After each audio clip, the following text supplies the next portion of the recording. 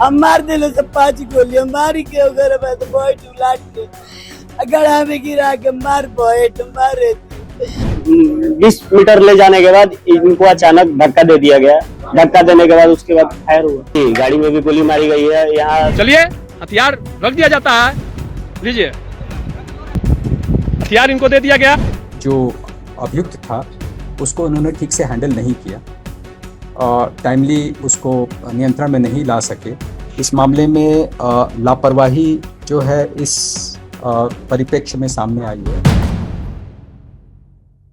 क्या है भरत तिवारी की कहानी, जिसके अंतिम संस्कार में गाड़ियों का सैलाब आ गया। कैसे एक आम आदमी बिहार की राजनीति का सबसे ज्वलंत मुद्दा और नाम बन गया है कुछ दिनों से। क्या वो बाढ़ पीड़ितों की आवाज उठाने वाला, समाज की भलाई के लिए काम करने वाला कोई युवा था, या पुलिस जैसा कहती है मानसिक रूप से अस्वस्थ व्यक्ति था? उसके हाथ में पिस्तौल आई तो आई कहां से, और कौन सी थी मांगें उसकी जो सुनी नहीं गई और अंततः उसकी मौत का कारण भी बनी? पुलिस से चूक कहां हुई?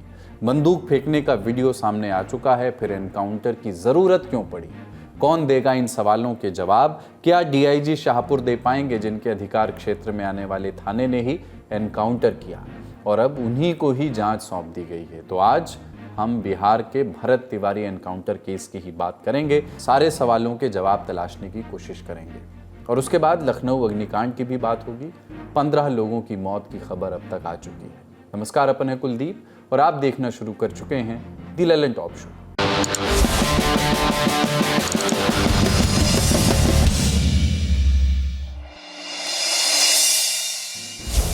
स्क्रीन पर आप 3 तस्वीरें देखिए। इन्हीं 3 तस्वीरों के पीछे छिपा है भरत भूषण तिवारी एनकाउंटर का पूरा सच। पहली तस्वीर एनकाउंटर से एक दिन पहले की है। दूसरी तस्वीर एनकाउंटर से थोड़ी देर पहले की है, जब भरत अपने घर की छत से पुलिस पर गोली चला रहा है, उसे पुलिस को ललकार रहा है। और तीसरी तस्वीर एनकाउंटर से थोड़ी देर पहले की है, जब पुलिस भरत से सरेंडर करा रही थी। तो शुरू से शुरू करते हैं। एनकाउंटर से एक दिन पहले 16 जून 2026 भरत अपने घर पर बिस्तर पर बैठा हुआ है। सामने एक पुलिसकर्मी है। बताया जा रहा है कि कई पुलिस वाले उस दिन भरत के घर गए थे, कुछ बड़े अधिकारी भी थे। उस समय भरत के पास एक पिस्तौल भी थी, जो वो पुलिस वालों पर तानता हुआ भी नजर आता है। भोजपुर पुलिस काफ़ी देर तक भरत के घर पर रही, भरत से बातचीत करती रही, फिर वापस आ गई। पर पता नहीं पुलिस ने भरत से वो पिस्तौल जब्त करना मुनासिब क्यों नहीं समझा, या पिस्तौल वो ले ही नहीं पाई। 16 जून की ही भोजपुर पुलिस की ये प्रेस रिलीज है, इसको देखिए। इसमें लिखा है, शाहपुर थाना को सूचना मिली थी कि एक व्यक्ति हथियार लेकर घूम रहा है। शाहपुर थाना की पुलिस टीम संबंधित व्यक्ति के घर पहुंची, तब ये तथ्य सामने आया कि वो व्यक्ति मानसिक रूप से अस्वस्थ है। तो पुलिस के मुताबिक भरत मानसिक रूप से अस्वस्थ था। बीबीसी की खबर के मुताबिक उसके पिता भी कहते हैं कि वो अस्वस्थ ही तो था, उसे मारने की जरूरत क्या थी? ऐसे व्यक्ति के पास पिस्तौल रहने दी गई जिसकी मानसिक स्थिति ठीक नहीं है, ऐसा पुलिस मानती भी है, तो वो समाज के लिए खतरनाक ही है। कुछ सवाल उठते हैं इस मामले में। पहला सवाल ये कि उसके पास पिस्तौल आई कहाँ से? दूसरा सवाल ये कि ऐसा व्यक्ति तो किसी पर भी हमला कर सकता है, अपने परिवार के सदस्यों पर भी गोली चला सकता है, लेकिन सब कुछ पता होने के बावजूद पुलिस उससे पिस्तौल क्यों नहीं लेकर के गई? और प्रेस रिलीज में कहा कि हथियार बरामद करने के प्रयास लगातार किए जा रहे हैं। और क्या लिखा? भरत को तत्काल उचित इलाज मेंटल हॉस्पिटल भेजने की प्रक्रिया शुरू कर दी गई है। लेकिन इस प्रक्रिया में किया क्या गया? अगली सुबह 17 जून 2026 पुलिस दल बल के साथ फिर भरत के घर पहुंची। अब यहाँ से आप दूसरा वीडियो देखिएगा। भरत अपनी छत पर है, पुलिस वालों को धमका रहा है और गोली भी चला रहा है। इस बात में कोई शक नहीं है कि भरत ने पुलिस पर फायरिंग की थी और ये करते हुए वीडियो भी उसी ने बनाया था। इस दौरान भरत की माँ और पिता भी उसके साथ दिखाई दिए। दोनों उसे समझाते हुए नजर आते हैं, लेकिन भरत किसी की सुनता हुआ नहीं दिख रहा। पुलिस घर का दरवाज़ा बाहर से बंद कर देती है। इस बात से भरत और नाराज़ होता है, छत पर जाता है, पुलिस को धमकाता है, फिर फायर करता है। ये वीडियो यहीं ख़त्म हो जाता है। इसके बाद भरत अपने घर से बाहर निकलता है। कुछ देर बाद पुलिस उसे घेर लेती है। अब आप तीसरा वीडियो यहाँ से देखिए। पुलिस और भरत के बीच बातचीत। पुलिस भरत को सरेंडर करने के लिए समझा रही है। अंत में भरत मान भी जाता है। उसके हाथ में जो पिस्तौल थी वो पुलिस की ओर फेंक देता है। ये वीडियो में दिख रहा है स्पष्ट कि कि भरत ने सरेंडर कर दिया, अपनी पिस्तौल फेंक दी। वो कह रहा है कि अगर मेरी सब बातें मान ली जाएंगी तो फिर कोई दिक्कत नहीं है। इसके बाद कथित तौर पर पुलिस ने भरत को भी अपने काबू में ले लिया। जब इतना सब हो गया था, भरत के पास उस समय हथियार नहीं था क्योंकि उसने हथियार फेंक दिया था, पुलिस उसको पकड़ चुकी थी। तब एनकाउंटर की नौबत क्यों आई? ऐसी क्या परिस्थिति बनी जिसमें पुलिस को गोली चलानी पड़ी? जैसे पहुंचे तली जा तल गोली चलावे लगल सब। और उ का कहले पिस्तौल बिक दला, हाथ उठा दल, कहले सन्नू कि हम काम करवाई।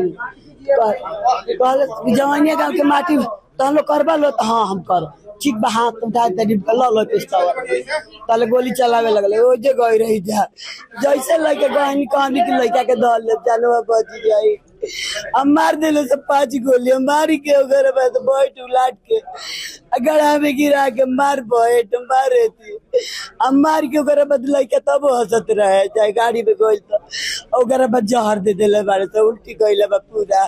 जो एसएचओ साहब हैं वो आए, इनके कंधे पे हाथ रखते हुए बोलते हैं, इतना सुनाई पड़ रहा था हम लोग को क्योंकि तेज आवाज में बात कर रहे थे कि भरत जी आपसे ये उम्मीद था कि आप सरेंडर कीजिएगा। इतना बात करते करते उनको मतलब बात में फुसलाया जा रहा था और 20 मीटर ले जाने के बाद इनको अचानक धक्का दे दिया गया। धक्का देने के बाद उसके बाद फायर हुआ। गाड़ी में भी गोली मारी गई है। यहाँ हम कुछ लोग बताए मेरे को कि गाड़ी में भी आवाज आई है फायरिंग। एनकाउंटर के बाद पुलिस ने क्या कहा ये भी देख लीजिए। 17 जून को ही पुलिस ने एक प्रेस रिलीज जारी की, आत्मरक्षा में गोली चलाने की बात कही। एफआईआर की कॉपी भी आई, उसमें लिखा है कि भरत सरेंडर कर रहा था लेकिन बार बार पिस्तौल उठा करके पुलिस पर फायर कर रहा था। भरत ने पुलिस पर 10 से 12 राउंड फायर किए। पुलिस ने आत्मरक्षा में 5 राउंड फायर किया। आज बिहार के ADG law and order Sudhanshu Kumar ने बताया कि डीआईजी शाहपुर इस एनकाउंटर की जांच करेंगे।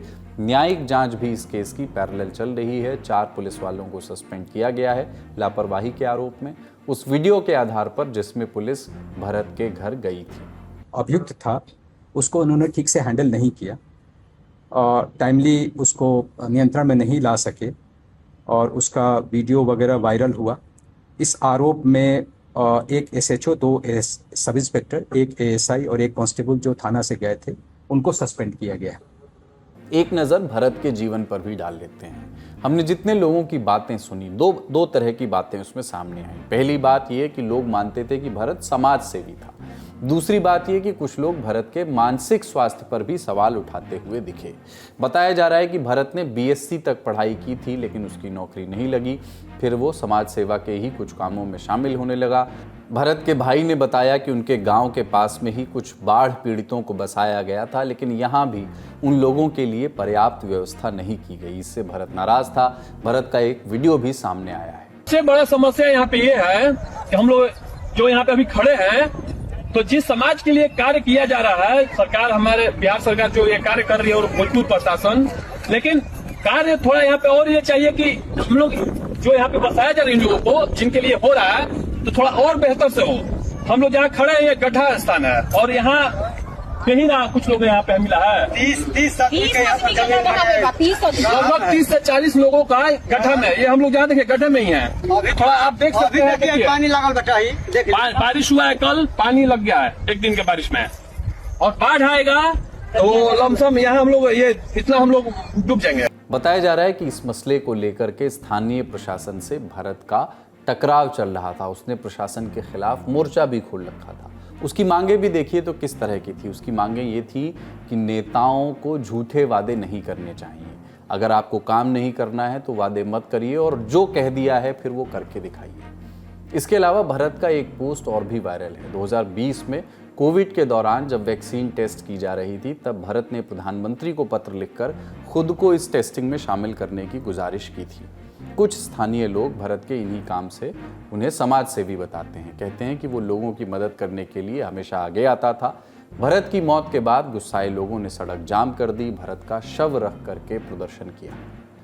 लेकिन यहाँ एक सवाल और है कि अगर भरत समाज सेवी था तो उसके पास अवैध पिस्तौल क्या कर रही थी? भगत सिंह और देश में क्रांति के नाम पर अवैध हथियार रखने को तो जायज़ नहीं ठहराया जा सकता। दूसरी ओर पुलिस कह रही है कि भरत तो मानसिक रूप से अस्वस्थ था, एनकाउंटर से ठीक पहले भरत ने एक स्थानीय पत्रकार उमाशंकर को फ़ोन किया।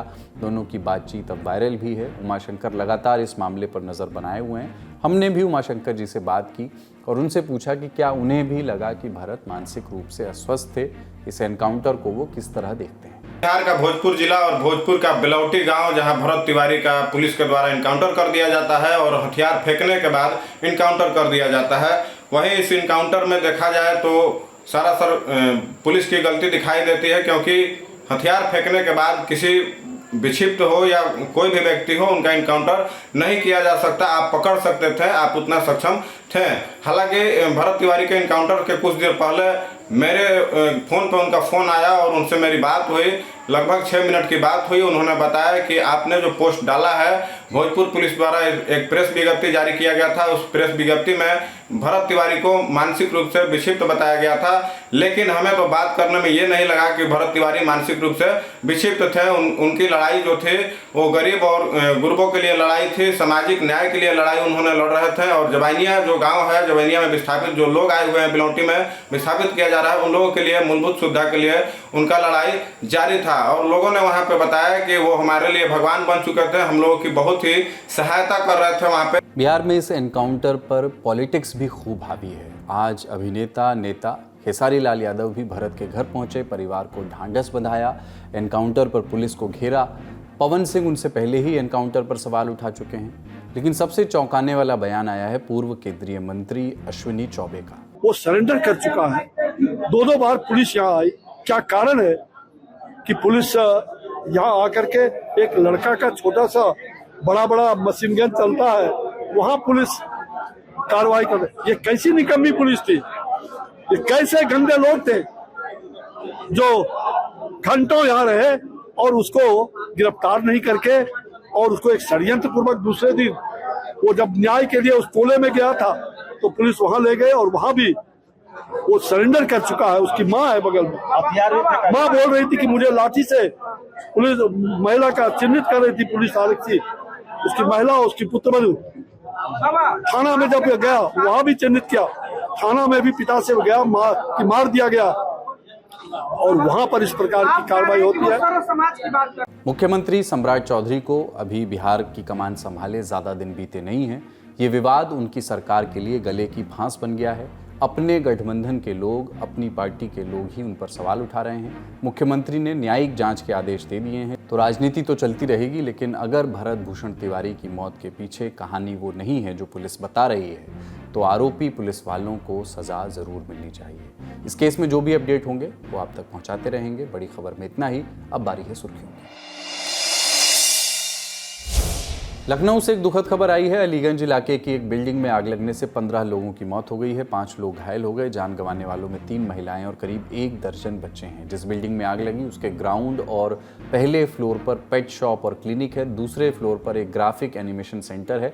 आग लगने की वजह फिलहाल पता नहीं चली है, लेकिन कई मीडिया रिपोर्ट में बेसमेंट में लगे एसी में शॉर्ट सर्किट होने की बात कही जा रही है। हादसे के दृश्य भयावह हैं। जान बचाने की कवायद में एक शख्स को बिल्डिंग से कूदते हुए देखा जा सकता है।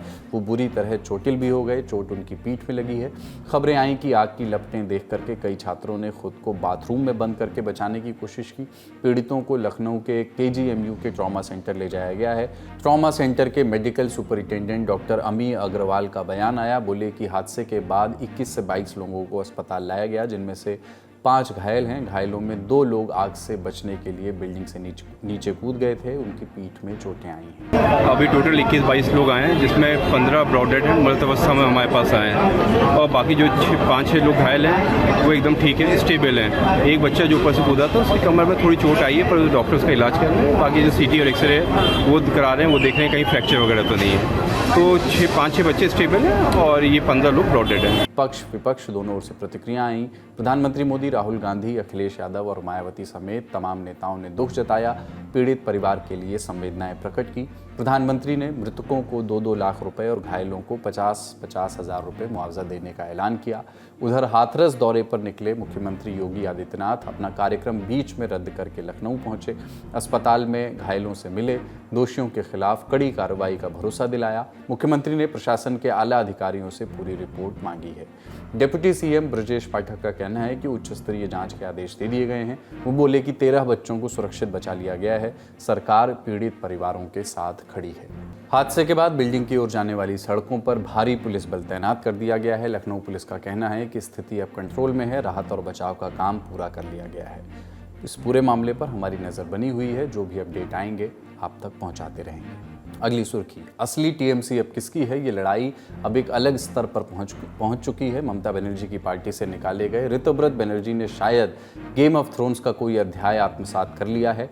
टीएमसी पर अपना दावा ठोकने वाले ऋतुव्रत ने ममता को ही पार्टी के अध्यक्ष पद से हटा दिया है, ऐसी घोषणा कर दी है। टीएमसी के महासचिव अभिषेक बनर्जी को पार्टी से भी सस्पेंड करने का ऐलान कर दिया है और तुर्रा ये है कि सब कुछ पार्टी के संविधान के मुताबिक किया जा रहा है। द टेलीग्राफ की रिपोर्ट बता रही है कि ऋतुव्रत ने अपने गुट के साथ एक बैठक की। बैठक में टीएमसी के संविधान का हवाला दिया, जिसके मुताबिक हर 3 साल में एक नेशनल वर्किंग कमेटी बनाना जरूरी है। आखिरी बार ये कमेटी फरवरी 2022 में बनाई गई थी। रिपोर्ट में बताया गया है कि मियाद पूरी होने के बाद संगठनात्मक ढांचे को दोबारा बदला नहीं गया, लिहाजा पार्टी के ढांचे को फिर से बदलने की कवायद शुरू हो गई है। टीएमसी के बागियों ने कह दिया है कि वे पार्टी के लोगों पर दावा ठोकने के लिए सुप्रीम कोर्ट जाएंगे, लेकिन 1100 करोड़ रुपए के पार्टी फंड पर हक किसका होगा, इसे लेकर अभी भी सस्पेंस बना हुआ है। आज का ललन टॉप शो यहीं समाप्त होता है। अपना और अपनों का ख्याल रखिए। ललन टॉप देखते रहिए। शुक्रिया। शुभ रात्रि।